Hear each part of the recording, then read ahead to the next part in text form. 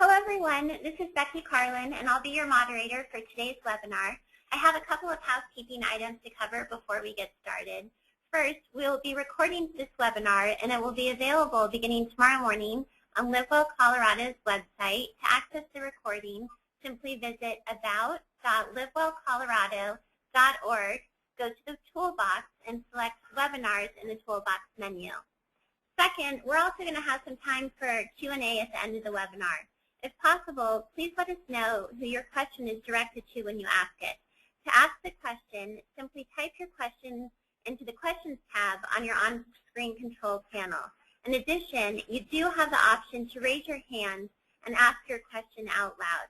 If you'd like to do this, simply click on the yellow hand icon on your control panel and we'll call on you. You will need to be connected to audio using your phone in order to be able to do this. So now I'm going to turn things over to Karen Ryan, Policy Director for LiveWell Colorado. Karen? Thanks, Becky, and thank you all for being with us today. LiveWell Colorado is very excited to be providing our close friends and partners a sneak peek of the Healthy Eating, Active Living Library, or as we'll call it for short, the HEAL Library. As you'll see on our next slide, we just have a quick overview, but before we jump into the webinar, I'd like to introduce our speakers, Wendy Peters-Muschetti and Ted Hyde with WPM Consulting, and these are the true architects of the HEAL Library who really helped develop the content and framework for this online database. Here are a few just key topics that we're going to cover today in our conversation over the next hour. Basically, we want to walk you through how to search the library, tell you about how you can contribute to it here in the near future, but also spend a good amount of time talking and getting input from you all as to your thoughts on the use of this great tool.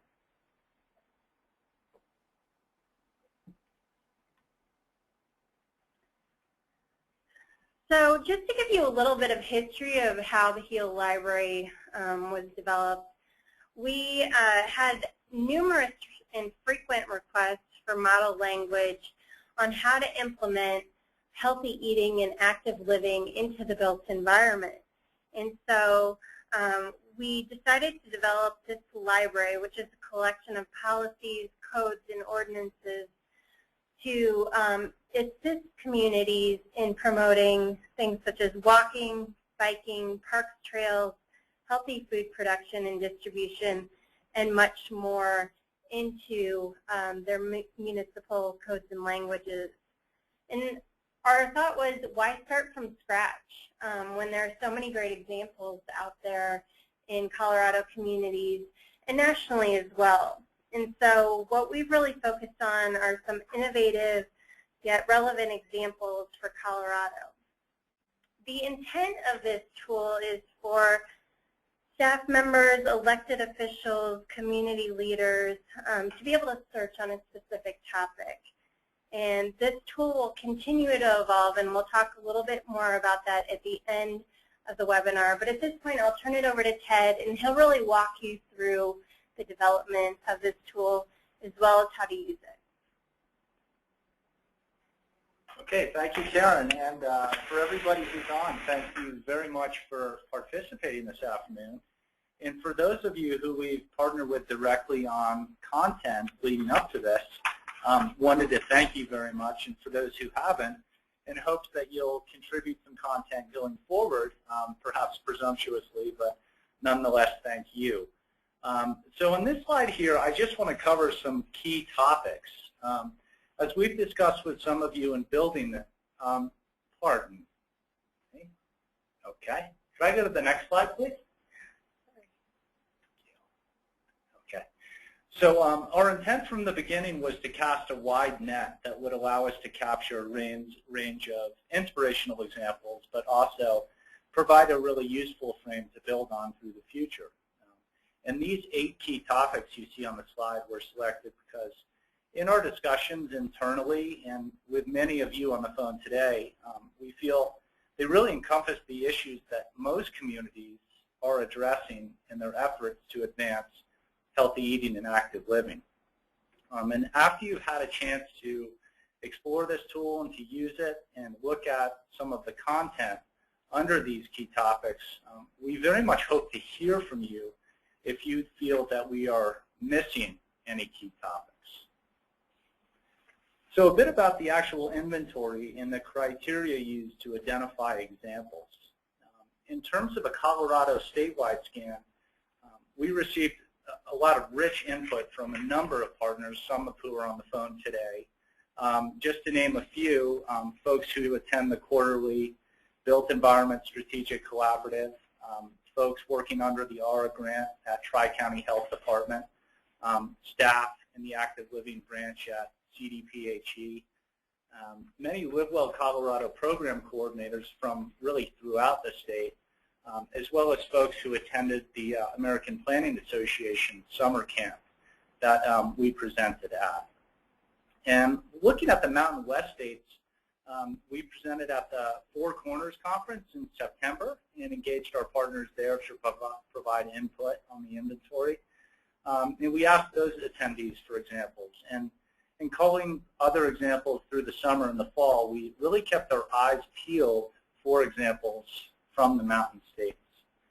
And looking nationally, we utilize sources such as the ENACT database, the Pedestrian and Bicycle Information Center, and the National Complete Streets Coalition. And now a bit about just the selection criteria. Relevancy to Colorado was critical. We've included a diverse inventory by design. As you kind of immerse yourself in this tool and kind of weed through it, what you'll find is that we have everything from high-level policy to very specific building code requirements. Through a lot of discussions, we recognize that communities throughout the state are at different points on the HEAL spectrum, and that, for examples really to be relevant, we needed to cast a wide net by design. So we also wanted to ensure that varied geographies from Colorado are reflected. So as you go through the tool, you're going to find examples from urban, suburban, rural, and small town settings. Usability is obviously key. And again, to address varying needs and interests, the examples vary in their complexity. We have some that are highly flexible or non-specified, and some that are very specific to a certain jurisdiction. Regardless, all the examples are intended to be usable for you, your colleagues, your partners, your coalitions. Whether it's just a source of information or really as a tool that you may want to borrow for developing and adopting some updates through your own codes, policies, or procedures. And a couple of quick words about accessibility and reliability.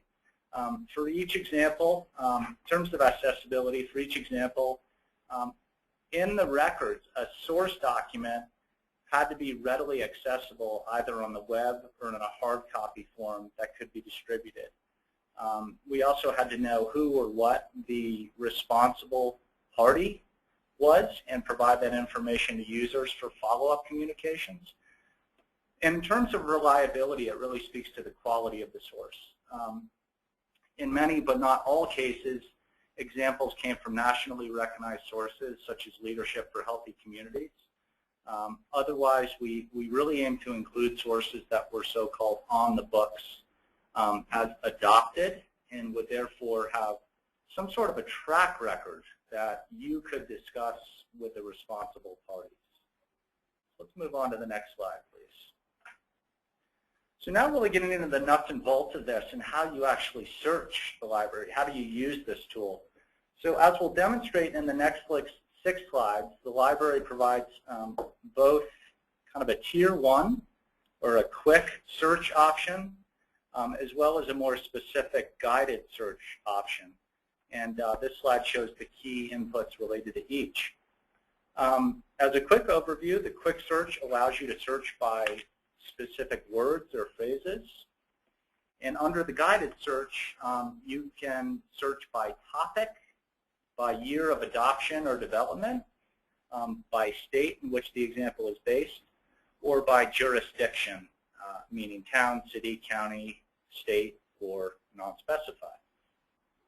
Okay, let's go to the next slide, please. Okay, so here is a screenshot of the quick search. Looking to the lower right of your screen, you can enter keywords or phrases in that box. For example, school gardens. And it will show you matches to that phrase or those words in the library with, and if a match does come up, you'll see the title of the match, again, the year of adoption, the specific locale or jurisdiction in which the example is based, and a brief synopsis of what the tool or the particular example entails. And if you so choose, you'll be able to, with that breakdown, click on the record title for a full detail sheet, which you'll see in a couple of slides. Okay, let's go to the next. If I can just interrupt, if you all as participants have questions that arise, please feel free to enter them now while we're on each of the slides or looking at a specific kind of topic or entry so that we can then answer them at the end of the session. Thanks, Karen. So this screen shows it's a screenshot of the guided search page I was just referring to. And in the lower portion there, each category has a drop-down menu. So depending on your search specification, record matches will be returned. And again, those will show you title, year, locale, and synopsis. You'll have the capacity, again, to select the full details of each record when they come up. So just to quickly take you through, if you were to search by general topic and bicycling, it will show you all the records under that topic.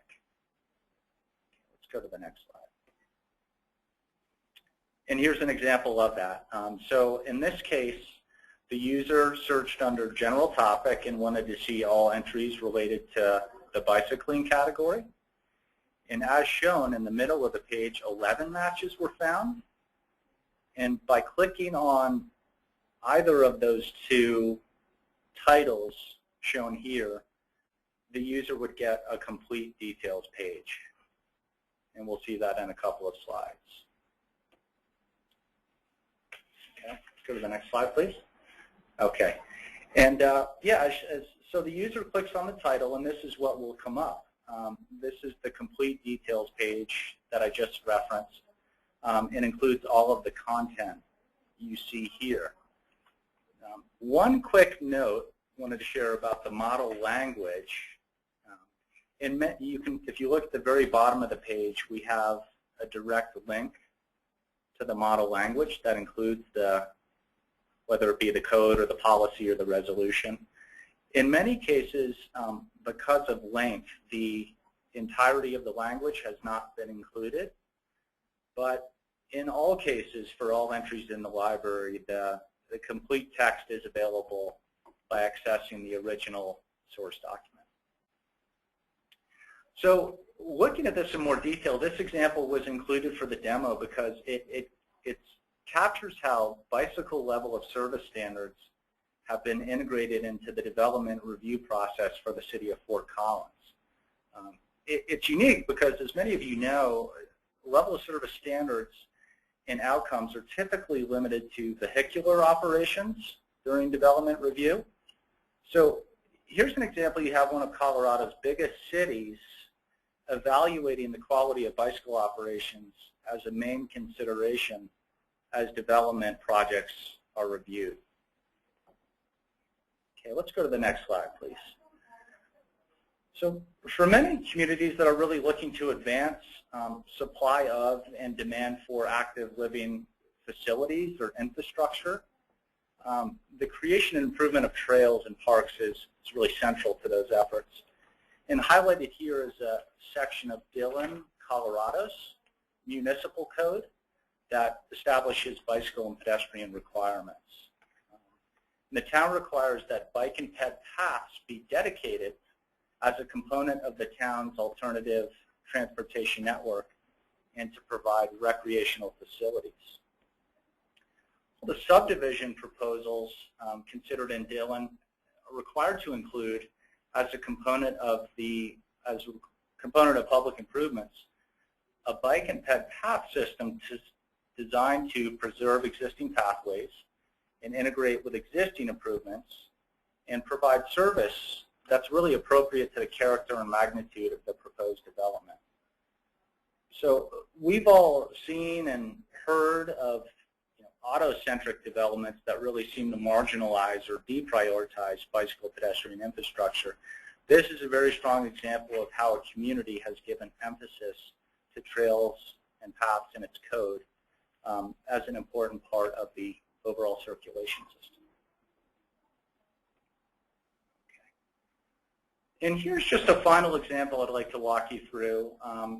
For many communities, strategic advancement of HEAL will need to occur, not necessarily on a regulatory level or a code level, but more at the policy level. And whereas the last two examples showed standards in a code with set requirements, this example highlights a policy drawn from a 2010 combined city-county comprehensive plan based in a rural context. This one is out of the city of Las Animas in Bent County. And we wanted to highlight it in part because it's nested within a standalone section of that comprehensive plan that is focused on public health. Separately, there's a section in that same comp plan devoted to food access. Unique thing about this plan is it includes an implementation checklist that identifies the specific action, timeframes, responsible party, and possible partners. And in speaking with the LiveWell program coordinator from Bent County, she indicated that the checklist was really going to prove to be an invaluable tool because it was going to help track progress. So for those of you interested, I definitely encourage you to reach out to her, and her information is included in this example to hear more about how that is going. So thank you, and at this point I'd like to turn it back to Karen. Great. Well, as you can see, this is really a wonderful interactive tool, and what we intend for this to be is not anything that's static. We see it as continuing to grow and would ask you all to help us in that process. We currently have 65 entries, and these have all been vetted so that they are relevant and really quality examples for Colorado. But what we're looking for is input from you all as to how you think the HEAL library is currently functioning, as well as here in 2012 to help us grow this database. And this will be a process where you can, based on the field definitions and the information required, submit what you think are other model codes, ordinances, resolutions, and policies. And LiveWell Colorado will then manage what is uploaded to the site. But this is a tool that continues to grow, and we want to encourage you all to help us develop this into the future. So we're going to open it up in a minute to questions, but we do have a question that just came in. It says, wondering how you define the geographic context, urban, rural, etc. One of you would like to. Sure, I'd be happy to do that. So we went back and forth a bit on this, and we originally discussed whether setting a population-based criteria would be appropriate. And we didn't arrive at a firm number, but to some degree the definitions are self-explanatory. So for urban, that is really limited to what would be considered a major urban hub, whether that's Minneapolis, Denver, San Francisco, Seattle, or Atlanta. What would typically be defined as an urban hub or an urban core. Suburban communities would typically be those that would immediately border one of those major urban hubs, but be a standalone incorporated jurisdiction. The rural and small town was more based, I would say, on a population-based approach. And when looking at several of these, it seemed to more or less break on the order of about 5,000 to 10,000 people, and those that were under 5,000 to 10,000 people were typically defined as rural or small town. Well, before we open it up to questions, we do want to thank all of our partners. LiveWell Colorado really developed this tool, but not in a vacuum, as Ted mentioned. We had a lot of input from you all on the phone, as well as our partners. WPM Consulting and Devon Culbertson LLC really helped us develop the content and framework, and then as well as Rabble and Rouser helped us identify and develop the technical development of the library so that it is an interactive online database. But we had many other contributors to this process. CDPHE and CDC, we want to thank you for your sponsorship, for the research behind this library. We also had input and support, example entries from the Built Environment Strategic Collaborative, Tri-County Health, and our LiveWell communities.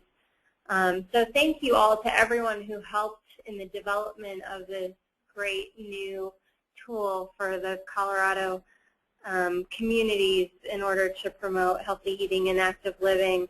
And at this point, we'd like to open it up to any questions. And I'll let Becky describe you. There are a number of ways you can submit those questions, both online and verbally. So as a reminder, you can either submit the question by typing it into the question tab on your control panel, or you can also raise your hand and ask your question out loud. And if you'd like to do this, simply click on the yellow hand icon on your control panel and we can call on you. But you will need to be connected to audio using your phone in order to be able to do this. So we'll give it a few minutes for questions to come in. And also a reminder that a copy of this recording will be available on our website tomorrow. And to access the recording, just go to about.livewellcolorado.org, visit the toolbox, and select webinars in the toolbox menu.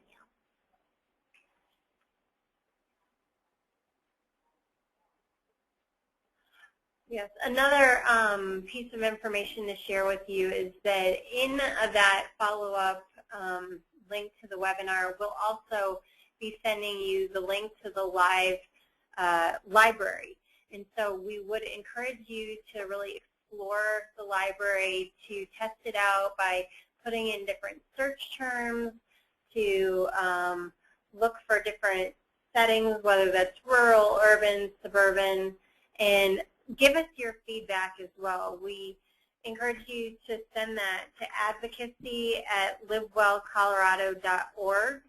And so we'll be taking information here over the next month before we do kind of a larger hard launch, as we like to call it, in early 2012 to a broader audience. So this is really a sneak peek for all of you because we know that you're involved heavily in HEAL work. Okay, so we're going to give it a few more minutes for questions to come in. So please go ahead and either enter your questions into the questions tab on your on-screen control panel, or you can raise your hand and we'll call on you.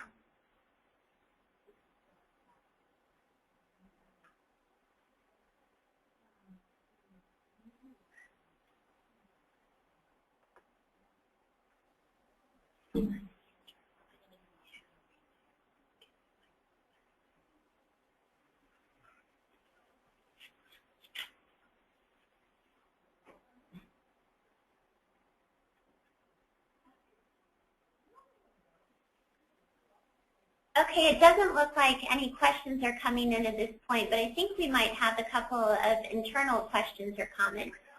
Well, we'd like to ask you all as users and participants a few questions to help us continue to evaluate this tool. And first is, does anyone have an immediate example that they have used here in recent times that they think should be added to the library? given that you haven't gone through the library yet, and it may already be a part of it, but has anybody used a model code, ordinance, or resolution that they'd like to promote and think should be included? And feel free to type in your answers or raise your hand.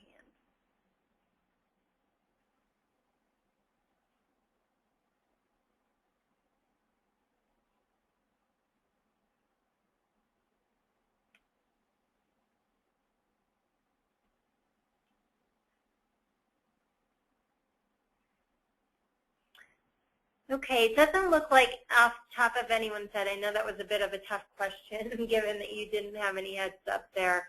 But we'd also look to you to find out, are you looking for specific examples or topics potentially? Okay, we actually just had a question come in from Leslie. And Leslie asked, will you add anything related to worksite? For example, laws that are applicable to that population, for example, lactation. Right now, we don't currently have plans to put in worksites here. We are anticipating having actually a separate tool that's going to look at worksites because the slice and the audience for that's a little bit different. But we will certainly take note of that and keep in mind if there's something that we capture that might be applicable.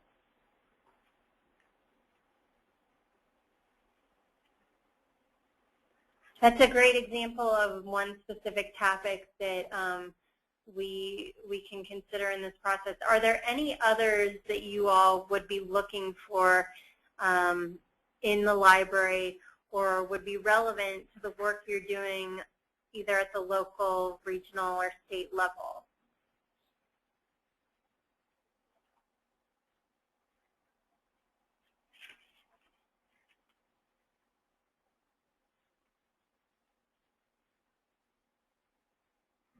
Okay, we'll give everybody just another moment to respond to that question.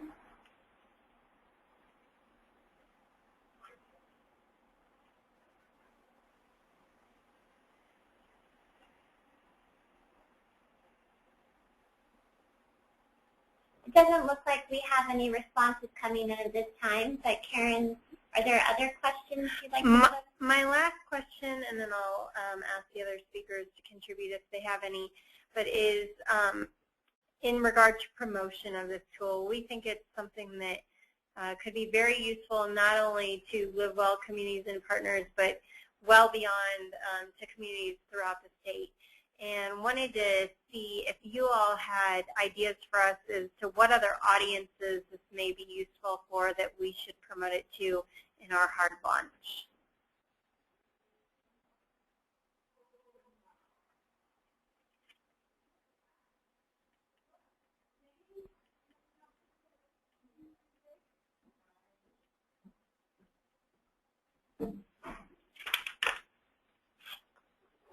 Okay, it doesn't look like we have any responses coming into that either, but I'd like to ask our other panelists if there's anything else that they would like to add, any questions or comments to the attendees on the webinar. Hi, this is Wendy, if you can hear me, at the end of the table. Just to follow up on Fern's question to all of you on the phone on the webinar right now. If you have a couple of email addresses have been given to you today. So just as you think about this moving forward, I think we'd appreciate any ideas you have moving forward about audiences to include in the hard launch, but also just throughout the next year, places where we could help disseminate this tool, conferences, presentations, groups to present at, professional associations.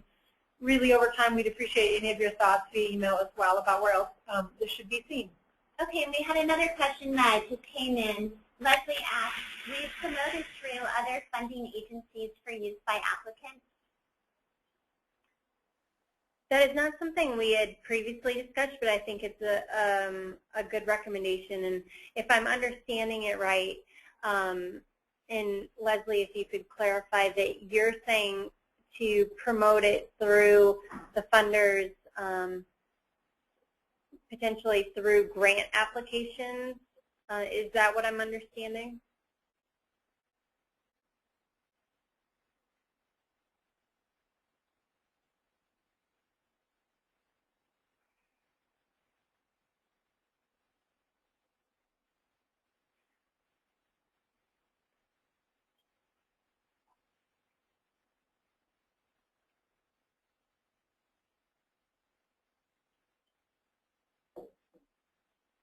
Okay, Leslie just provided some clarification. She said such as legacy, foundation, etc., so that applicants can include updated info in their applications.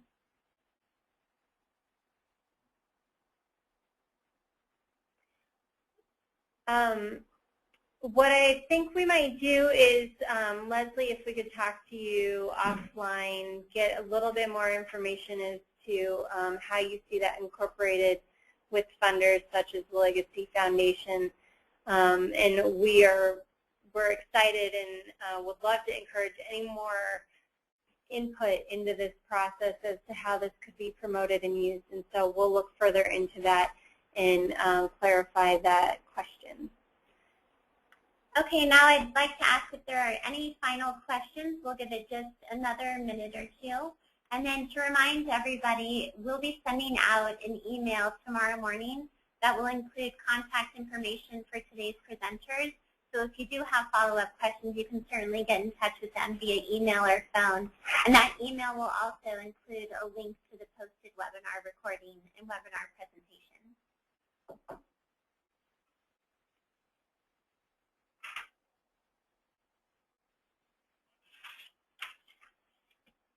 Well, at this point, I think we'd like to wrap up and just want to thank you all so much for your time and participation today, as well as all of you who helped in the development of this exciting online library, and would just encourage you to continue to help us grow this and contribute to it here in the future. So again, thank you very much, and we'll follow up with additional information.